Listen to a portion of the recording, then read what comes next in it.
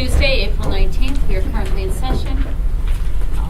And we stand for the Pledge of Allegiance. I pledge allegiance to the flag of the United States of America and to the republic for which it stands, one nation under God, indivisible, with liberty and justice for all. Okay. Good evening. Our first step will be getting our agenda in order. Can I have a motion to approve the agenda as presented? So moved. Second. All those in favor? Aye. Are there any items that anybody would like pulled from the consent agenda? No? Then can I get a motion to approve the items within the consent agenda? Second? Those in favor? Okay. That brings us to items removed, which is an acceptance of donations. We have 4 donations. The Cortland National Little League of $3,000, a contribution to buy a batting cage, or towards a batting cage. I have one in there in my yard they could have. Your mother's giving away your stuff. His brother's stuff. He's the one who's away. A donation from Modell's. I imagine that is the team.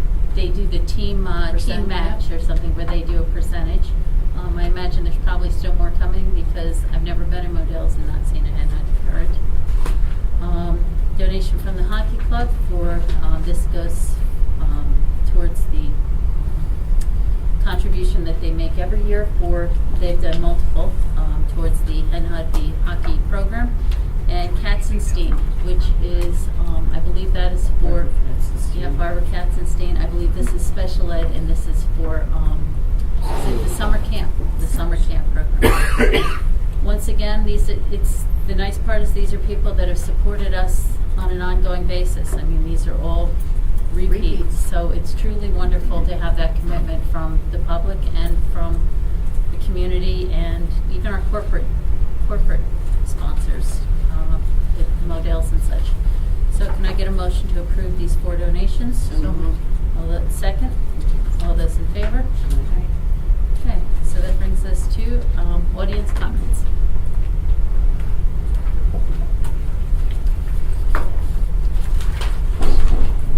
Hello everyone, my name is Sean Murray. I'm the commander of American Legion Post 1030 in Burt Plank. As you remember, back in January, I had asked about scheduling a public hearing or discussing the veterans tax exemption that was passed by the governor last year. And the board had asked for information from the town assessor's office, which I obtained and forwarded Mr. Catalan. I'm sorry if I'm saying your name wrong. Is it okay if I just say Enrique? Yes, sure. So I forwarded to Enrique, and he had also obtained some information from the assessor's office about the number of veterans who would be able to participate if the law had been passed or the resolution had been passed by the school board. After that, I had emailed Enrique, and I believe this occurred in February, as to the status of any discussions. A couple of weeks went by, then I had sent another email requesting or asking if the board would like to enter into an executive session to negotiate some type of plan to put together for veterans. You know, I'm never an all or nothing guy, a phase-in plan, because I'm sure that you would have some issues with the financial aspect of it. So I had wanted to get together on that aspect. And Enrique said he was going to communicate with you also on that last month. And I haven't heard anything since the January meeting where I came to speak. I was just wondering what the status was, if it's still going to be considered, or what measures we could take to try to move this process along. Mr. Catalan has provided us with the information. I'll be completely blunt. To be honest, we've not really focused with the budget. We've been focusing very much on our budget and getting that through for to get the 16-17 budget up and getting that resolved. He has sent the information. I'm not sure, to be honest, whether you sent it to just the finance committee or to the entire board. I don't remember. But it is something that it's actually on the agenda for the finance committee to discuss, because we'd like to talk about it a little bit before we do bring it to the rest of the board, just so that we have a complete understanding. I think it's absolutely, we have no problem discussing it further at that point. You know. Well, it is It's been 3 months, yes. No, Appreciate that. I'm, the time, but it could go on forever as long as it gets done in It will. a amount of time, but having the budget being passed, as you know, this would be something that's very important for your revenue side, if there's gonna be a veterans tax exemption. It does and it doesn't. It's because it's whether we're paying, it's not gonna change our numbers. It's Yeah. just gonna change who's paying it. So, because the budget, that money comes from us, as you, I mean, I'm not telling you. No, I don't understand. know. So the question is whether it would be, whether the veterans would be paying that share, or whether that share would be, portioned off to, the balance of the taxpayers. And so, to be honest, we were actually looking more at the actual numbers, not what the numbers were, not who was going to be paying it before, up till now. Well, I think there's approximately 400 households or 400 properties, 420, I don't remember the exact number, around 400 or so out of the entire number of properties within the town of Cortland, which is over 5,000. And that also includes businesses who obviously would not be subject to that. It doesn't include the Energy Pilot Program or any other commercial entity. If it would make things easier, we can discuss different plans to phase it in, whether you wanted to just address disabled veterans at first, and then maybe next year have senior veterans, and then work your way down so it's a more palatable way instead of a one hit. So there are a lot of different options. Everything isn't black and white where it has to be everything, all or nothing. I would like to be able to have a discussion or about other options that could occur, because I'm sure that people are going to say, we don't want to give the potential of 400 property owners a certain percentage, even though we'd be talking about disabled vets or senior No, vets I who are. This isn't a retirement community. A senior vet isn't somebody who's going to move in here to retire. So they're going to already be at a lower assessment because the properties are going to have less of assessed value than the newer $1 million homes in Cortland Manor. So No, I appreciate that. I just, like I said, my concern is, as our concern has always been, is allocating it from one individual to another, and and making it so that it works. I mean, to pass that on to somebody else, and it's absolutely a conversation that we do need to have. And what I'd like to do is perhaps, Enrique, if we could put that on for our next finance committee, we can put that as a topic, and hopefully we can bring it to the rest of the board.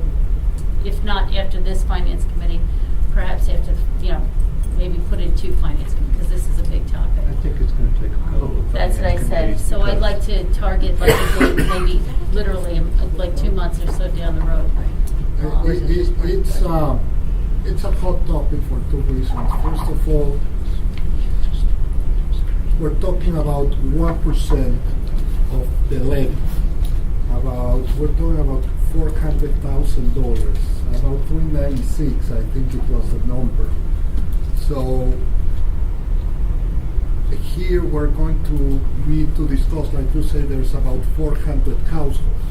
that would be eligible. That's Not what I'm that they saying. would automatically do it, because the number fluctuates no. all the time. Sure. People move out, people move in, Well, No. I'm just saying on the one extreme. Let's talk about Sure. extremes. Mhm. On the one extreme, every household will get a $1,000 in average reduction in their taxes. Because if there's 400 households and the number was 396,000, we're talking. But that's what I'm saying. We're just talking extremes. On the other extreme, they will get nothing. So, like you say, probably there's something in between. So you can see how broad this is. What I'd No, I like to do is just understand, give I us was a in the little bit of- taxation business myself when I was in public office, when I was the mayor. I had the same quandaries about things like that. I understand that issue. But when I was doing my budgets, we were faced with 5 and 10% increases. The school district announced a 0.5% decrease on a over $70 million budget. So, It's harder though, believe me, it's harder when you're like making those, trying to fit everything in with all of the expanded costs with the tax cap, with not having, and then to ask. the tax cap is a guideline.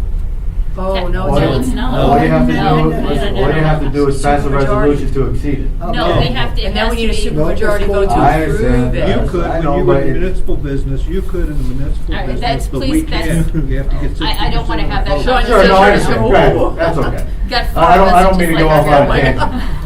But it's just when I have the discussion with other vets in other communities, and they say, well, you have a 0.5% tax decrease, and you can't get a percentage for a disabled vet, but, you know. What, did I There's a- misspeak? There's one of the reasons it's a, Okay. go ahead, Laura. Sure, Lori, go It ahead. just some, Go ahead. I even don't thoroughly understand it, but just because we have a 2% cap, every school district is different based on jump in any time. What we have to do to make that 2% cap is sometimes a loss. Yeah. No, Like understand. I teach in a different district where 2% really might, I'm not saying it is, if our 2%, sometimes it could be 3.1. Somebody else's 2% could be a negative The numbers are set 0.5. by the Because- state, the because calculations are set by the state. no, our Because it's based on, it's, if you on- take the pilot out, it's a function, go ahead. It's a function of a lesser number, so. It's a function of whatever was the lesser of the annual CPI. CPI, Right. Or or 2%, whichever is less. there's two things. It's the lower of CPI or, 2%. Yeah, whichever is less, that's correct. so, Yeah. And it's from what you get from the taxpayer, not out of the pilots and your side agreements, I understand. And my only commentary in all of this is to follow up, Sean, on something you said.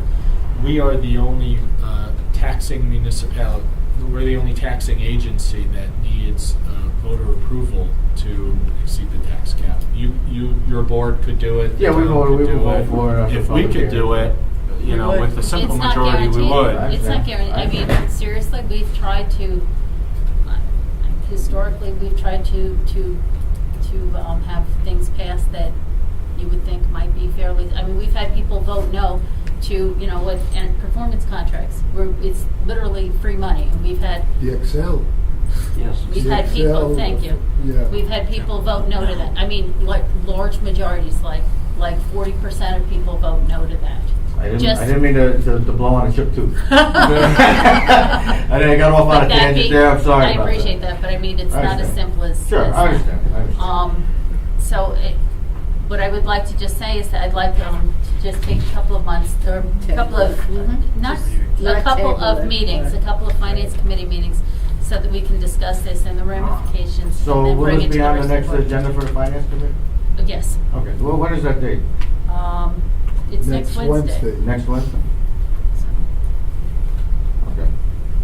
I appreciate your time. I didn't mean to get off on a tangent on the taxation aspect of it, you know. I know it's a very hot topic. Talk But about like I that. said, Not It's a a we- simple it's a one. frustrating topic. I understand, but like I said, I am open to negotiations. I'm sure all the vets would be open to negotiation, because if this were to get passed, this would be in perpetuity. So I know a lot of people have a sense of immediacy and they want everything right away. I know that it doesn't work like that, but a phased-in process I thought would be more palatable. You know, I just would like to have the opportunity to make those discussions. So I appreciate you Thank you. guys being receptive. Can we negotiate? I mean, we have to decide what we want to do. Well, I don't think why don't we figure that out first, Yeah. and then we'll see what our No, I options are understand. after that. All right, thanks a lot, I appreciate it. Thank you. Is there any other, you guys don't have any other questions for me? No, we're good. Enrique, you have all the Thanks a lot. You can resend everything, so that we'll have that fresh for the meeting. Thank you. That brings us to our superintendent's report. Okay, we have one actual document I'd like to bring to your attention under superintendent's report. It's our, I would say opt-outs, but you cannot opt out of the state assessment. You can refuse the state assessment. So we have our test refusals right there. So here are our test refusals. These are percentage of students not participating, 2015, last year's administration and current. We've been peppered by media and other sources to release this data. We've been one of a handful of districts that said this is gets released to the board first and then becomes public information. Without getting into too many specifics and really guessing why these trends are what they are, we see higher number of test refusals at 6 through 8. And if we broke this down by grade level, which we could for this year, but we didn't calculate it that way last year, we didn't do grade by grade. This year, it would appear that we had far fewer third graders refusing assessments, and that most of the transition is now into the middle school. These tests were also untimed, which was a departure from the past, and was a way of state education department motivating students and families to not refuse the assessment, which is great and sounds wonderful, and almost sounds like the test is going to be shorter and a little quicker for kids. We had students that took over 3.5 hours because it was untimed. That's frustrating, not only for those students, but we're trying to create a schedule for the rest of the students in the middle school and the 3 elementary schools. So it created some very specific and significant logistic issues. But the numbers are what they are. I'm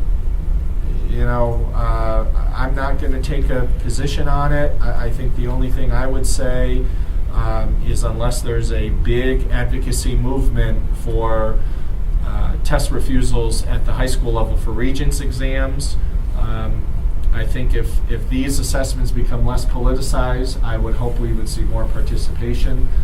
As a result, we really organizationally have not used these assessments to make specific educational decisions for kids. When you have a third of your kids not taking the assessment, that very quickly creates a statistically insignificant assessment. The other document, which we don't need to review, but it's out there for everyone, was a one-pager that the state put out back in January about what to expect with the new assessment. The last point, perhaps maybe the most important, the state education department is no longer using Pearson. That was a big issue. If you remember, about a year and a half ago, we were talking about security of student information, about how businesses may be able to access that information for marketing, so on and so forth. The state cut ties with Pearson. They hired a company out of Minnesota. Who's never made tests. Yeah, Questar. And the Pearson test came in the Quest box. Yes. So, a lot of issues at State Ed. A new commissioner who I think gets it from the perspective of working in a school, and now a new chancellor who said very publicly, very early in her tenure, that she wouldn't have her kids or grandkids sit for the state assessment. So Albany's got to figure itself out, but it's hard. It's more difficult today trying to talk to kids and parents about why these assessments are important when they have become more politicized. Just a couple other updates. You've heard our communication about Team VIPs. These are our Destination Imagination students, 5 students at the middle school. They won the state competition in Binghamton earlier in the month, and they're heading to Knoxville, Tennessee for globals. So we'll keep you informed. Also, a couple weeks ago, we had our high school musical, which was outstanding. I was there on Friday, and it was sold out by the time I got there, but I wrote a big check, made a donation, and I was able to watch. If you Standing.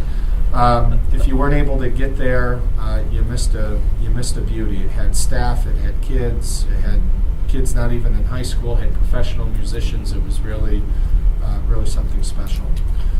We're going to, I feel... I'm sorry, if I could just, on that note, if I could absolutely say something. The staff, I just want to say thank you so much. They brought down the house when they showed up. The kids just, there was probably a dozen different teachers who showed up. They got costume, they sang, they danced, they, shot some confetti gun. The kids had a blast. I mean, it was the high point of the thing to see like their social studies and English and the assistant principals up there as spoons and spatulas and cheese Risks. graters and Yeah. everything. So thank you very much to those teachers and administrators who did that. It was very appreciated, and the kids loved it. So thank you. We are at the point of the year, and we have had some weather this winter that we haven't had in the past, where we will have a snow day give back day. Our contract calls for, if we don't use all of our snow days, we give back a day around Memorial Day break. So currently, our calendar calls for Friday and Monday off.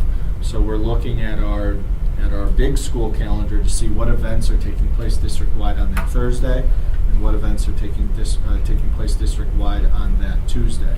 I would have had this conversation a month ago, but it was 2 weeks ago. We had 2 inches of snow, and there's never a good time to have a weather conversation here. But for example, I know that the Thursday before Memorial Day is the BV picnic, and they parade to the town hall, and they have vendors coming in, and they have different consultants through BOCES and Eds and Ed that come in and do activities with the kids. So we're going to have to pick the day, that Thursday or Tuesday, which is the lesser of all evils. But we're going to begin that deliberation, that will communicate to the board and the community what day that will be. And lastly, we are about 2 weeks away from advertising to our school community a LEGO robotics camp, which will take place immediately after school. I believe it's Monday, June 27th.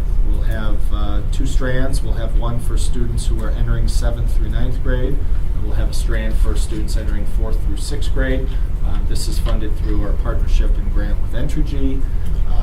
We have LEGO Vex LEGO kits and robotic kits and all sorts of things. So we're identifying who the teachers will be, and then we'll advertise to families. And summer will be delayed for certain kids because they're going to end school on Thursday and come right back on Monday. So we'll keep you informed. And I'll leave it at that. Terrific. Thank you very much. That brings us to committee reports. I went to both the Frank G. Lindsay and the Bluemont Middle School PTA meetings this past 2 weeks. At the Blue Mountain Middle School, Lynn gave a wonderful presentation on stress in children and some anxiety disorders and things to watch for in your kids and how to mitigate those with some resources. It was very informative. Again, I wish it had been better attended. Everybody has lots of meetings, I guess. Not too many parents make it out for the evenings, but it was very well advertised. It was very well presented. It was a very interesting meeting, and wish it could have been better attended. If anybody has any ideas on how to get people out for these really important topics, that'd be great. Well, I went to Furnace Woods PTA, and it's very interesting because they are doing something a little bit different because of attendance at these functions.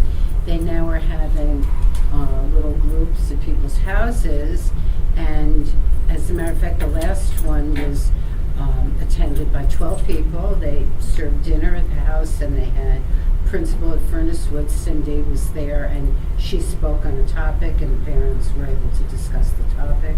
And they felt it was much more relevant doing it this way because they had people who were really interested being there, and it was really very beneficial. Everybody was very excited, and they feel that this is a better way of getting people out into the community. Is it an open invite?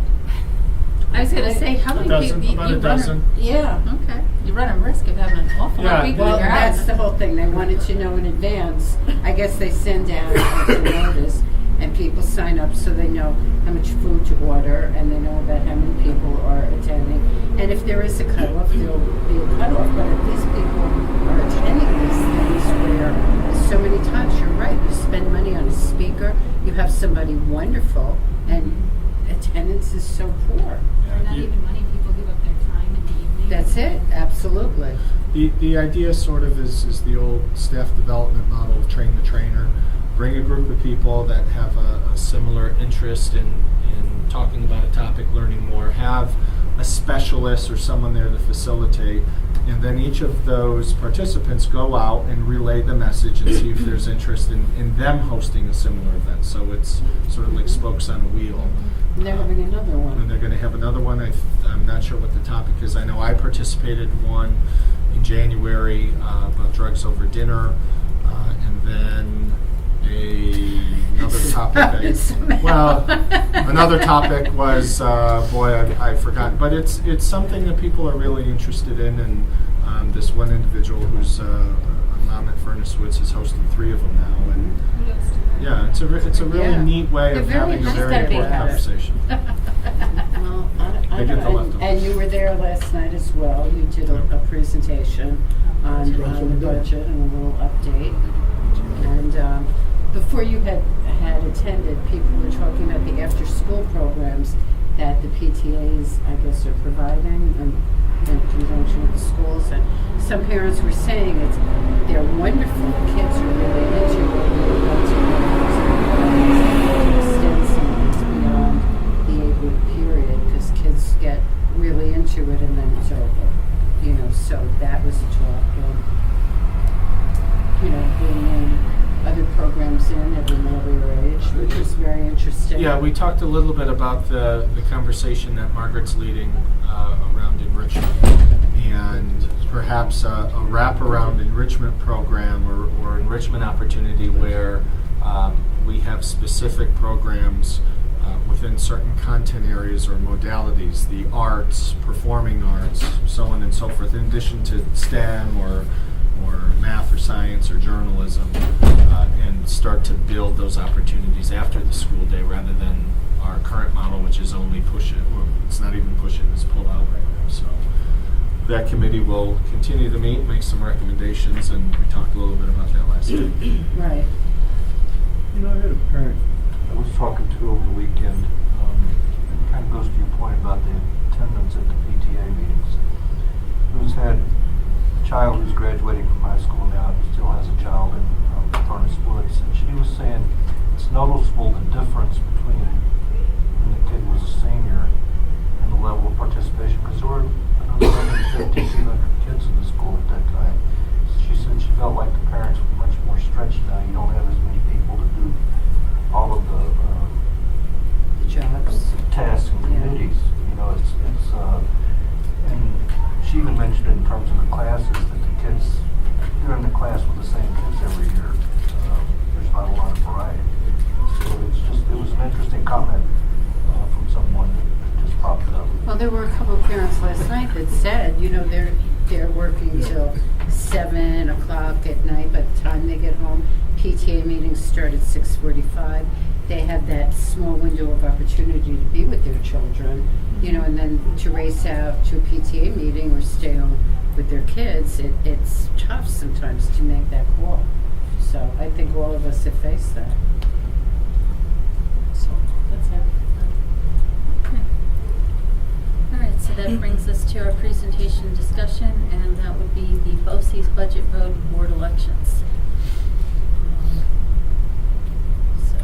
So the BOCES budget is pretty straightforward. I don't know if there were any questions on it that Enrique and I could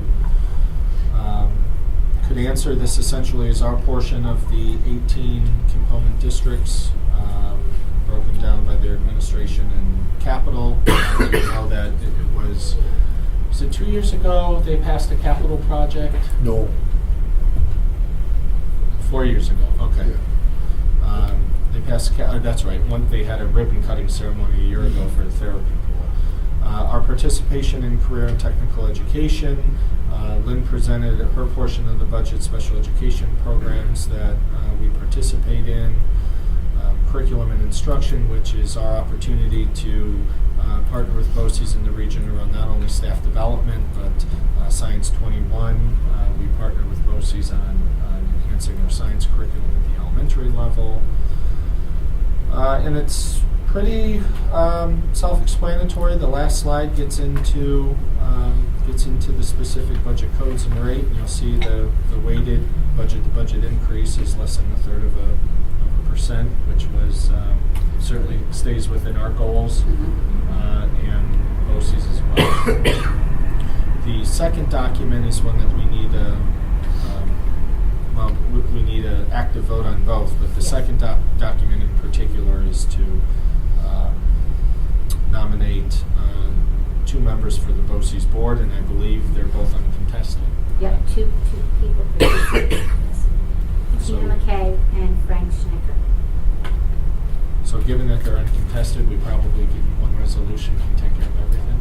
get one vote collectively from our board for the administrative budget of $8,674,895. And then the vote for each one of these trustees. I have a couple of questions. In the career and technical education part, it shows the enrollment data points, and over 2 years, consistently, we dropped about 15% of students from October to June. Is that, Actually, I don't know if you remember, but about even more, 3-4 years ago, when we were having some budget problems, we wanted to reduce the number of students, not the number of students, the number of classes that students were taking there, because some students were taking like 3 different classes, or like they were charging those as 3 students. And we actually told Jim, we want you to reduce this expense. That's how he and the guidance counselor have been doing it. so, but this is showing that in October of 2013, we started with 70 kids in the CTE program, and by June, it's dropped to 61. And then in 2014, it's 76, and it drops to 71. You're talking within the same year? Within the same year. Then I wouldn't know why. So we're having about a 15% drop from September to June. And it's- I misunderstood you. I thought from one school year to the other one. Yeah, no, so I wouldn't is know why. there some kids that are enrolling for half the year in a program, or are they just getting disillusioned and dropping out? We'll have to ask guidance counselor. That's it. So we need to know that, because that's a significant dropout rate in that program, which is supposed to be helping a lot of kids that are, And you pay the whole year? yes. I didn't know that. Yes. So do you see where I was looking at that? Okay. And then in the special education, it talks about an expansion of the Back on Track program, and then intensive therapeutic support program are, I know we were looking at the Back on Track program. Are we taking advantage of it, or? We currently have one student who's attending that program, and as of today, we have 2 students in the intensive day treatment program. How's that working out? It's kind of more of a phase in, phase out. They're coming back to us, but they're there for a bit of a respite after a hospitalization, or kids are experiencing extreme anxiety and just need a time to get away and to have a smaller environment, but then they transition back to us. And do you know about the therapy pools? Do we have kids using those? How are they working? We currently have students in the Pine Bridge program that use the therapy pool.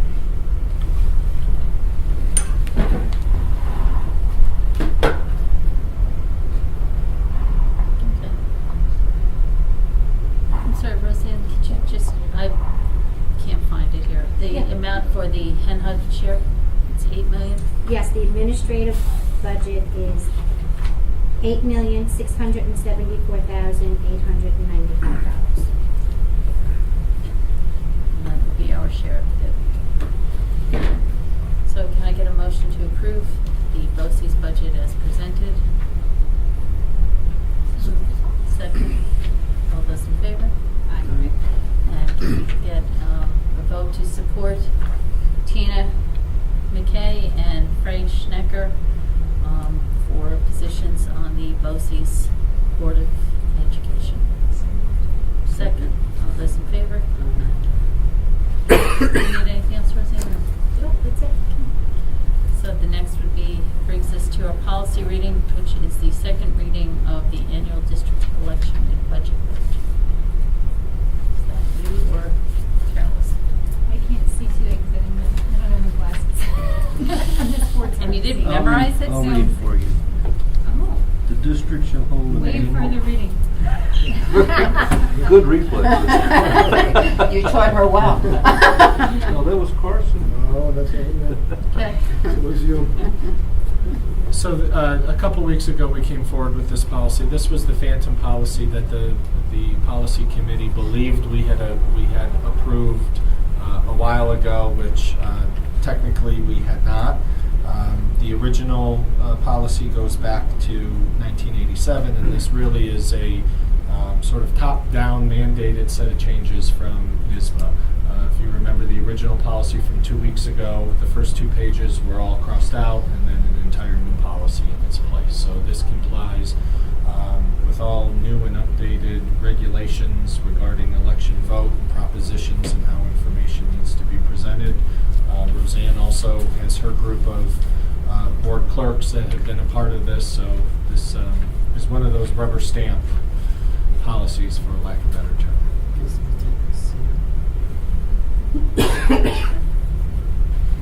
Is there anything? I don't think so. I had one question. Roseanne, how many people vote in the budget meetings? How many people usually vote? In our budget vote, well, there's usually about 10,000 registered voters. We usually, on a really good year, will get about 1,200, 1,400. So 2% of that would be less than 25? Yes, Okay. 25 is the minimum. Okay, For- okay. for- I was just, because we say 25 or greater than. Right. Or 2%. Whatever's greater, yeah. But it's usually not greater than, no. Okay. So 25 is pretty much 2%. So that's, okay, I just didn't see why we were making it greater than 25. It was If either 25 2%. is enough to get on the ballot as a board member. So, got it. So, Could we just scroll down? No, you mind if we just scroll down? Yeah. So I think those are the additions we added on the propositions, which was required. Yep. This is mandated. and it's basic, pretty boilerplate. All right. Can I get a motion to approve? I don't see the number. You gotta scroll back down. So That's it's fine. 2120. 2120. So moved. 2120, I can't see the title either, but it's about the. The annual district election. There it is, the annual district election and budget vote, second. So, all in favor? Aye. Thank you very much. I already heard the approval, second. That brings us to a second audience comment. We're not going to do the health insurance. Oh, I have no. That was added. You probably Oh, my have. mistake, I did it earlier, okay. The health insurance policy, that's right, it was about the, offering the coverage. Enrique, if you want. Sure. There's some changes we are asking the board to make because under Obamacare there's a safe harbor. The idea here is that all our employees will be able to buy health insurance under the district's plan. However, if they don't work the number of hours under the union contract, they will have to pay 100% of the premium. So that's basically the only change that we're asking. In the past, not everyone was able to get insurance. So basically, this is anybody, even somebody who's not full-time, is somebody who's full-time gets the insurance or has that option. I mean, Somebody who's less than full-time or doesn't hit that mandated number of hours can still Can still- purchase it, but but has to pay pay 100% of the premium. and by the way, so you know the board is There you go. But we're 100% because we don't put in all those hours. exactly. You're only part-time. Yeah. So No, this- but seriously, So you say. no, seriously, if at one point one board member needs it, It's an option. you have the right also. All right, well, good to know. So technically, this is a second first reading. We had this policy in front of you a while ago, just in February, to start the conversation. Some things had changed. Our policy committee had some questions, and then Enrique worked on this with our attorneys at Keenan Bean. So we wanted to put this revised policy back on as a first reading. That will allow our policy committee to work on it a little bit. We'll get more feedback from Enrique and our attorneys if need be, and then turn this around by the end of June. Alright. Question. What causes us to call them variable hour rather than part-time? We define as variable hour employees, and I'm looking at the resolution. Uh-huh. And we define them as variable hour employees instead of part-time. But then we go on and we have to